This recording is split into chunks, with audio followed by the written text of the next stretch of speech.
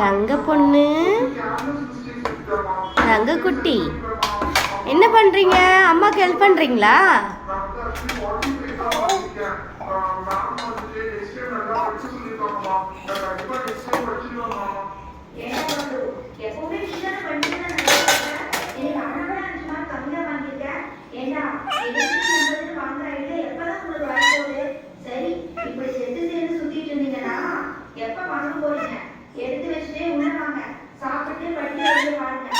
எப்ப பார்த்தாலும் வீடு கட்டுறோம், பெயிண்ட் அடிக்கிறோம், தண்ணி கனெக்ஷன் கொடுக்குறோம் இருந்தா எப்படி நான் மார்க் வாங்க முடியும்? சீக்கிரம் வந்து சாப்பிட்டு படிங்க.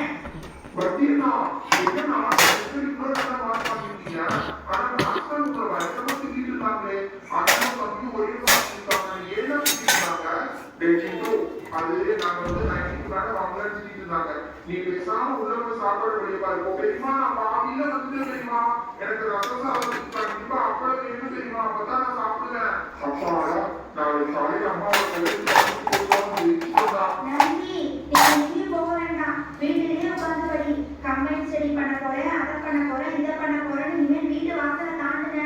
எனக்கு கெட்ட கோவம் வந்து அக்கா அக்கா இருக்கீங்களாக்கா?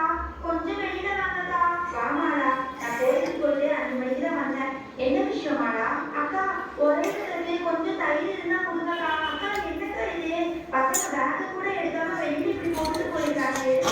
சொல்லுங்கக்கா. அதை ஏமாடா கேட்க? எக்ஸாம் கொடுத்தாங்களாமா.